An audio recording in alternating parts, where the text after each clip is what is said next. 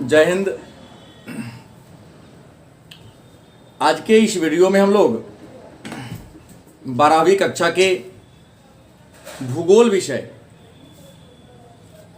के chapter number 10 पर परिचर्चा करेंगे। भूगोल विषय के चैप्टर नंबर 10 का नाम है मानव अधिवास। जानेंगे मान अधिवास क्या है, मानव अधिवास किसे कहते हैं, अधिवास के कितने प्रकार होते हैं, हमें अधिवास की जरूरत क्यों होती है। इन सारे प्रश्नों के बारे में आज के इस वीडियो में हम लोग चर्चा करेंगे। तो सबसे पहले जानेंगे अधिवास की संकल्पना। अधिवास क्या है, हमें अधिवास की जरूरत क्यों पड़ी। तो प्रश्न होगा अधिवास क्या है, तो वह स्थान जिसे मनुष्य अपने रहने के लिए चुन लेता है। वह स्थान जिसे मनुष्य अपने निवास करने के लिए, अपना घर बनाने के लिए, अपने रहने के लिए चुन लेता है, उस स्थान को हम अधिवास कहते हैं। मतलब जिस स्थान पर मनुष्य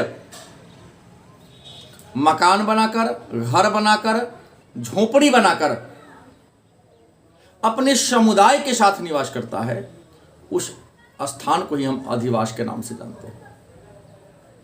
मतलब जहां मनुष्य वस जाता है, जहां मनुष्य अपने समुदाय के साथ, समाज के साथ रह जाता है, उस स्थान को ही हम अधिवास के नाम से जानते हैं।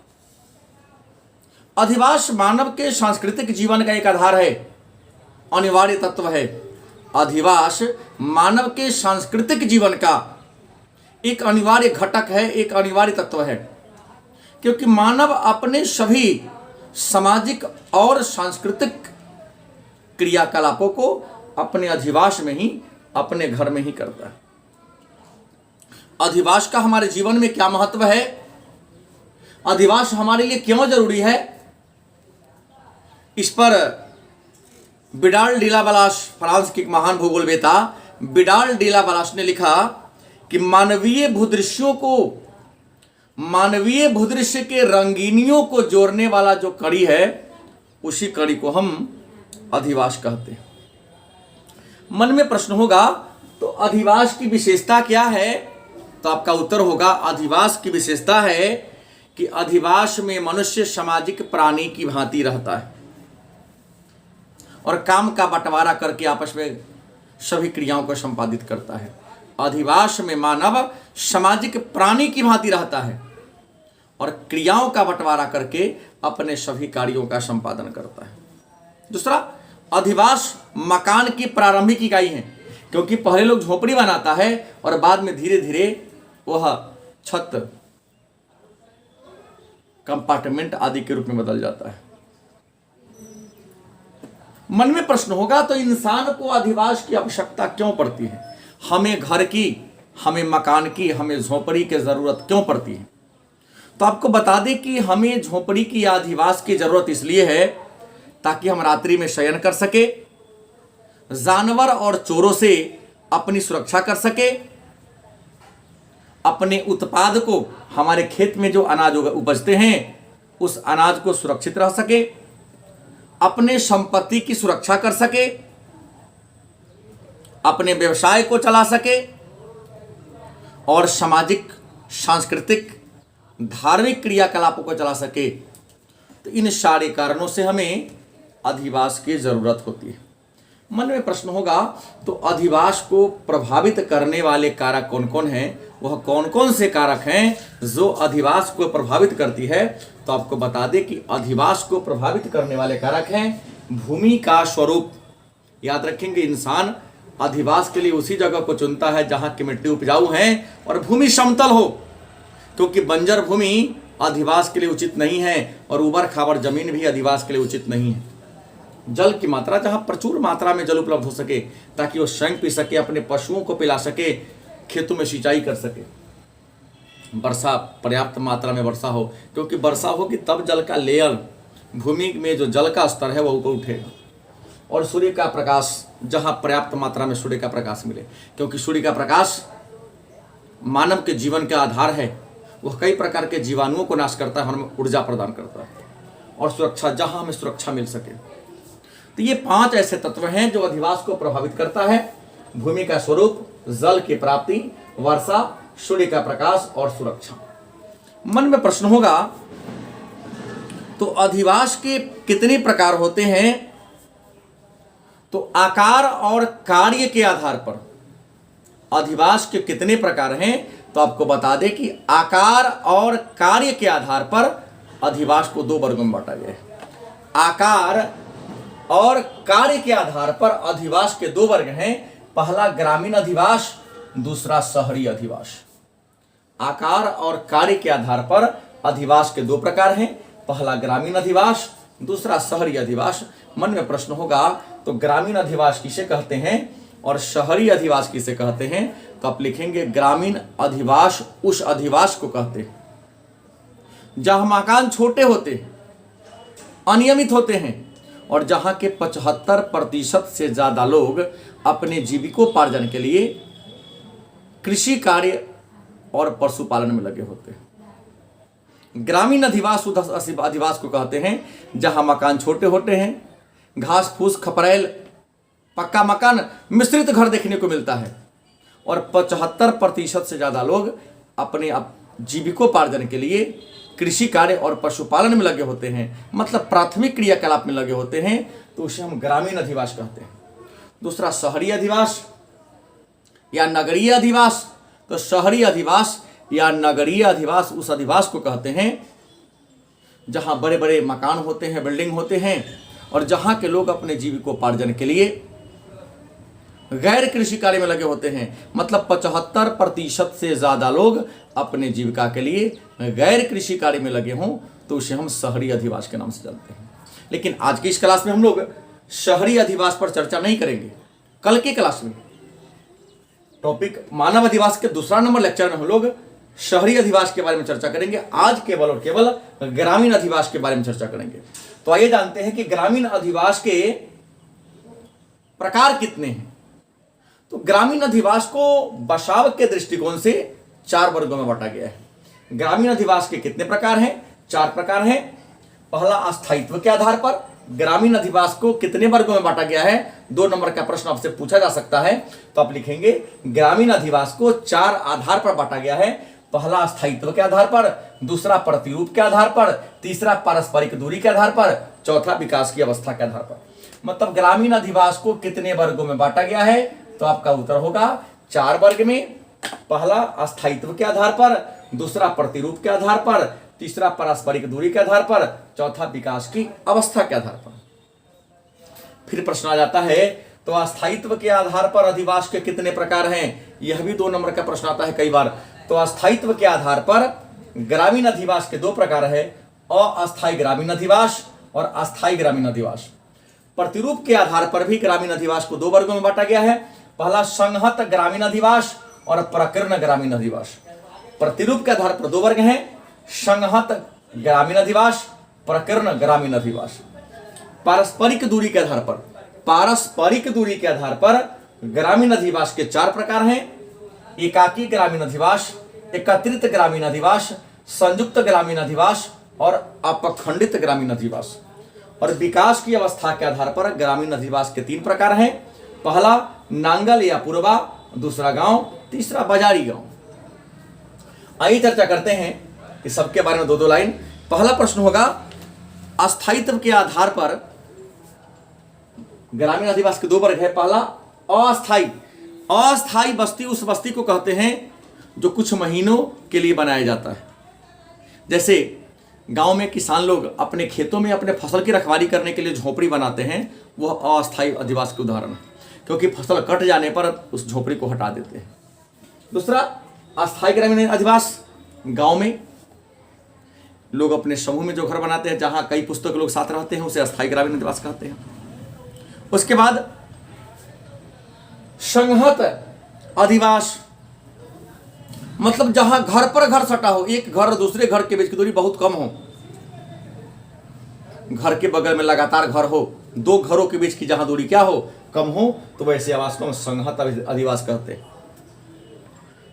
प्रकीर्ण अधिवास, मतलब 2 अधिवासों के बीच, 2 घरों के बीच की दूरी जब ज्यादा हो, 2 घरों के बीच की दूरी बहुत ज्यादा हो, तो उसको हम प्रकीर्ण या एकाकी अधिवास भी कह देंगे। और पारस्परिक दूरी के आधार पर अधिवास के 4 प्रकार है। एकाकी, अगर किसी क्षेत्र में यहाँ वहाँ घर हो, 100 मीटर 200 मीटर के दूरी पर, 50 मीटर की दूरी पर, 20-20 मीटर की दूरी पर घर हो, उसे एकाकी। एकत्रित, जहाँ 2 घरों के बीच दूरी कम हो, 1 मीटर 2 मीटर की दूरी पर लगातार घर हो, उसको हम एकत्रित कहेंगे। संयुक्त, पूरा घना बसा हो, 2 घर के दीवार आपस में चिपके हो, सटे हों, एक छत पर चढ़ जाओ तो पूरे मोहल्ला में अगर आप घूम के आ जाओ, तो ऐसे अधिवास को हम संयुक्त अधिवास कहेंगे। और अब खंडित, छोटे छोटे 10 घर यहाँ है, 10 घर दूसरे जगह है, टोला के रूप में जो बसा होता है, एक टोला यहाँ है, एक टोला वहाँ है, एक टोला वहाँ है, और सभी टोला मिलाकर, मोहल्ला मिलाकर एक गांव का निर्माण होता है, उसे हम अपखंडित अधिवास कहते हैं। नांगल, 2-4 झुग्गी झोपड़ियाँ जहाँ विकसित होता है, किसी गांव में 2-4 झुग्गी झोपड़ियाँ जहाँ देखने को मिले, उस गांव को नांगल या प्रोवा कहते हैं। गांव नांगल का विकसित रूप गांव कहलाता है, और किसी बाजार के इर्द गिर्द बसे गांव को हम बाजारी गांव के नाम से जानते हैं। अब प्रश्न होगा, तो ग्रामीण अधिवास के प्रतिरूप कितने हैं? तो आपको बता दें कि ग्रामीण अधिवास को उसके प्रतिरूप के आधार पर, उसके स्वरूप के आधार पर 14 वर्गों में बांटा गया है। ग्रामीण अधिवास को उसके स्वरूप के आधार पर, उसके प्रतिरूप के आधार पर 14 वर्गों में बांटा गया है। पहला है रैखिक प्रारूप। ग्रामीण अधिवास का जो पहला प्रकार है प्रतिरूप, रैखिक माने रेखा के रूप में। जैसे मान लो यह एक रेखा है, सड़क है, क्या है? सड़क है। आज सड़क के दोनों किनारे अगर ऐसा गांव बस रहा हो, दोनों किनारे ऐसा गांव बसता चल जाए, तो रेखा के रूप में जो बस्ती बस जाए, इस बस्ती को हम एक सड़क है, नदी है, इस दोनों किनारे लगातार सीधी नदी जा रही है, दोनों किनारे बस्ती बस रहा हो, इस बस्ती को हम कहेंगे रैखिक प्रारूप। दूसरा कहता है, दूसरा क्या कहा? बहुमुखी अड़िय या त्रिज्याकार प्रारूप। ऐसा हो सकता है कि एक सड़क यहां से आ रही हो, इधर से, एक सड़क इधर से जा रही हो, एक सड़क यहां से आ रही हो, एक सड़क यहां रही हो, मतलब यहां चारों तरफ काट रही है, चारों ओर से सड़क मिल रही है, और सभी सड़क के किनारे ऐसा ऐसा, यहां ऐसा ऐसा, पूरा यहां घर बन गया सब।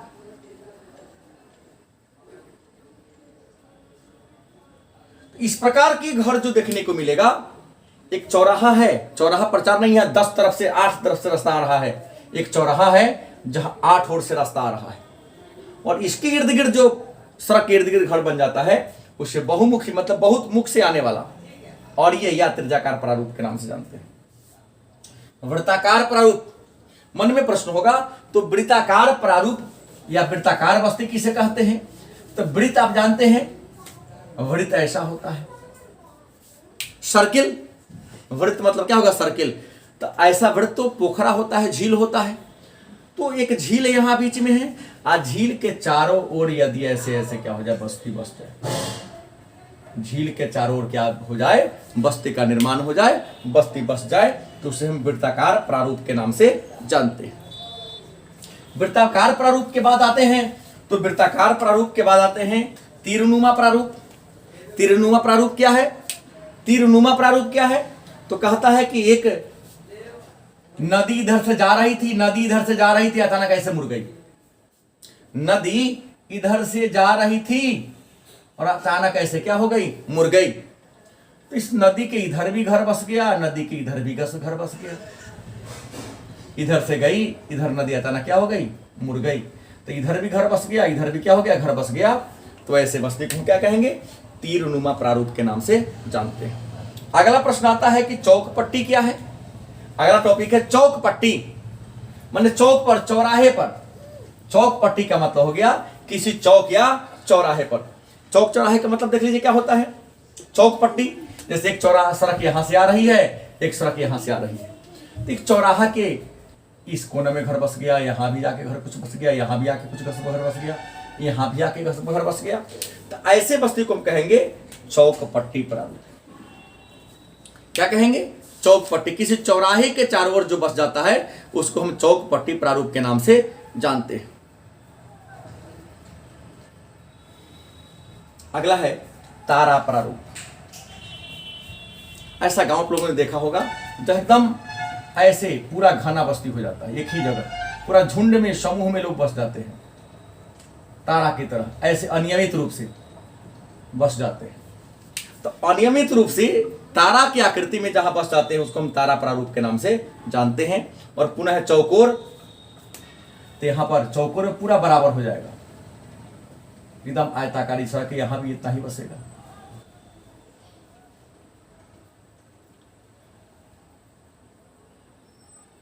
इस प्रकार की अगर कोई बस्ती अगर आपको देखने को मिले इस प्रकार का, इसको हम क्या कहेंगे, चौकोर। चारों कोर बराबर वाला हो जाता है, यहां देख लेंगे ऐसे ऐसे मिल जाएगा। चारों कोर बराबर वाला जो बस्ती बस जाए उसको हम चौकोर प्रतिरूप के नाम से जानते हैं। अगला है मधु छत्ता। मधु छत्ता, मधु छत्ता कैसे, मधु छत्ता कैसा होता है, तो मध का छत्ता होता है, जैसे मान लो यहां पर एक पेड़ है, यहां पर क्या है, यहां पर एक पेड़ है और पेड़ में मध का छत्ता ऐसे ही लटका होता है, पेड़ में मध का छत्ता ऐसे लटका होता है। तो दक्षिण अफ्रीका में कुछ दक्षिण अफ्रीका के देश है जहां एक जुल्लू जनजाति रहती है। तो जंगल में रहने वाले जनजाति अपने आप को विभिन्न प्रकार के हिंसक जीवों से बचाने के लिए पेड़ पर अपना घर बना लेता है।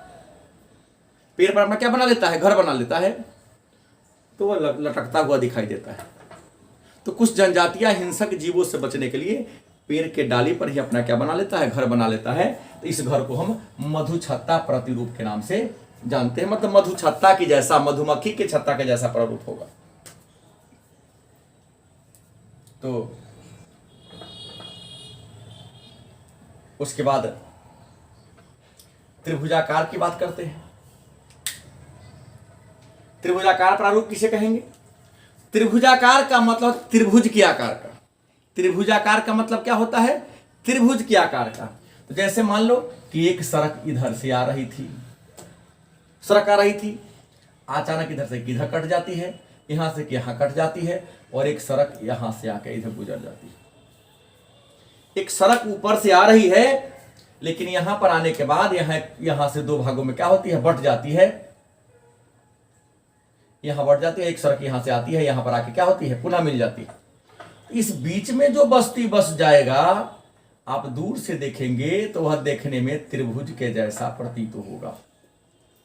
तो त्रिभुज के सदृश, त्रिभुज के जैसा जो बस्ती देखने में लगे उसे हम त्रिभुजाकार प्रारूप कहेंगे। आयताकार, आयताकार या वर्गाकार। आयताकार बस्ती किसे कहेंगे? तो आयत की परिभाषा क्या है? तो आयत की परिभाषा है कि वह आकृति जिसके आमने सामने की भुजा बराबर हो, चारों कोण समकोण हो और आमने सामने की भुजा क्या हो, बराबर हो। चारों कोण क्या हो, समकोण हो, और आमने सामने की भुजा क्या हो, बराबर हो। उस बस्ती को हम क्या कहेंगे? आयताकार बस्ती कहेंगे। तो आयताकार किसे कहेंगे? तो आयताकार कहता है कि जैसे मान लो एक सड़क है, ये क्या है, रोड है, रोड के यहां से यहां तक बस्ती बस गई, इस रोड के यहां से यहां तक, इसको अब रोड या रिवर कुछ भी मान सकते हैं।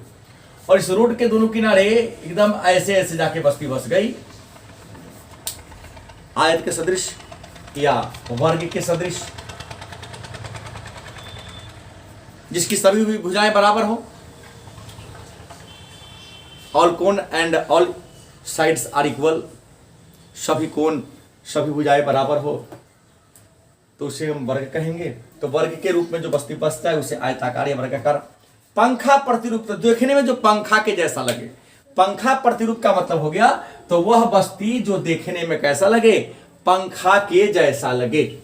वह बस्ती जो देखने में कैसा लगे, पंखा के जैसा लगे, उसको हम पंखा प्रारूप वस्तु के नाम, बस्ती के नाम जानते हैं। जैसे एक नदी इधर से बहती हुई आ रही है, नदी बहती हुई आ रही है, नदी है ये, नदी है, नदी बहती हुई आ रही है यहां से। अब नदी में तो अवसाद होती है, यहां पर समुद्र है, यहां पर क्या हो गया, सी हो गया, सी हो गया। नदी का पानी आएगा, इसमें अवसाद भी आएगा, तो अवसाद क्या कर गिराएगा, तो अवसाद गिराएगा, तो अवसाद को गिराएगा न, तो यहां एक विशाल मिट्टी के जैसा टीला बना देगा, ऐसे बहते जाएगा, यहां भर जाएगा। तो इसके इर्द गिर्द जो बस्ती बस जाता है, इस बस्ती को हम पंखा प्रतिरूप के नाम से जानते हैं। उसके बाद सीढ़ी नुमा बस्ती, तो वह बस्ती जो सीढ़ी के जैसा हो। जैसे मान लो यह ऊंचा पहाड़ है, ऊंचा क्या है, पहाड़ है, इस पर तो घर बनाना संभव नहीं है। तो आदिवासी लोग क्या करते हैं इस पहाड़ पर ऐसा सीढ़ी जैसा संरचना बना देते हैं, ऐसा सीढ़ी जैसा संरचना बना देते हैं, और ऐसे काट के यहाँ घर बना लिया, यहाँ घर बना लिया, यहाँ घर बना लिया, ऐसे काट के ऐसा इन्होंने क्या किया, घर बना लिया। तो यहाँ समतल थोड़ा छोटा बना लिया, यहाँ घर बना लिया। तो ऐसी बस्ती को हम सीधी प्रतिरूप या सीधी नुमा बस्ती के नाम से जानते हैं। उसके बाद जूता के डोरी वाला बस्ती। जूता के डोरी बस्ती किसे कहेंगे? तो जूता के डोरी बस्ती का मतलब हो गया, जूता के डोरी बस्ती का मतलब क्या हो गया? मान लो कि एक बांध है, क्या है? यहां पर एक ऊंचा सा एक बांध है, और बांध के दोनों किनारे यहां बांध के इधर भी है और इधर भी है, इधर भी है। बांध के विस्फुट्टा में जो घर बना लेता है, बांध ऊंचा होता है लेकिन बांध के दोनों साइड इधर इधर इधर इधर भी इधर भी इधर भी बस गया। तब जूता बांधते हैं तब फीता ऐसे लटक जाता है दोनों तरफ। यदि शू का लेस फीता को बांधते हैं तो फीता दोनों तरफ ऐसे लटक जाता है। तो किसी ऊंचा बांध के दोनों ओर यदि बस जाए तो देखने में जूता के डोरी के समान लटका हुआ प्रतीत होता है, इसलिए इसको हम जूते की डोरी प्रारूप के नाम से जानते हैं। और अनियमित बस्ती उस बस्ती को कहते हैं, अनियमित बस्ती उस बस्ती को कहते हैं जहां घर को, भवन को किसी निश्चित आकृति के अनुसार नहीं बसाया गया। अब मन में प्रश्न होगा तो ये ग्रामीण अधिवास और इसके प्रमुख प्रकार है शहरी अधिवास। तो शहरी अधिवास के बारे में चर्चा कल करेंगे, लेकिन एक छोटा सा प्रश्न है, तो ग्रामीण अधिवास की समस्या क्या है? गांव में जो घर बनता है उस गांव के घर की समस्या क्या है, कमी क्या है? तो ग्रामीण अधिवास की पहली कमी है कि गांव में घर किसी निश्चित योजना से नहीं बनते, सड़कें टेढ़ी मेढ़ी होती है, शौचालय का अभाव होता है, चारों ओर गंदगी फैला होता है, स्वच्छ पेयजल का अभाव होता है, उच्च शिक्षा और अच्छे स्वास्थ्य का अभाव होता है, मनोरंजन सुविधाओं की कमी होती है, और सड़क अच्छी न होने के कारण बाढ़ और वर्षा के मौसम में शहर से, मुख्य सड़क से कट जाते हैं, अलग थलग पड़ जाते हैं। ये हमारे ग्रामीण बस्ती की अधिवास की मुख्य समस्या है। धन्यवाद। तो पुनः नगरीय बस्ती के बारे में चर्चा हम लोग, नगरीय बस्ती क्या है, नगर किसे कहते हैं, नगर के प्रकार कितने होते हैं, महानगर किसे कहते हैं, मेगा नगर किसे कहते हैं, इन सारे बातों पर चर्चा करेंगे। धन्यवाद।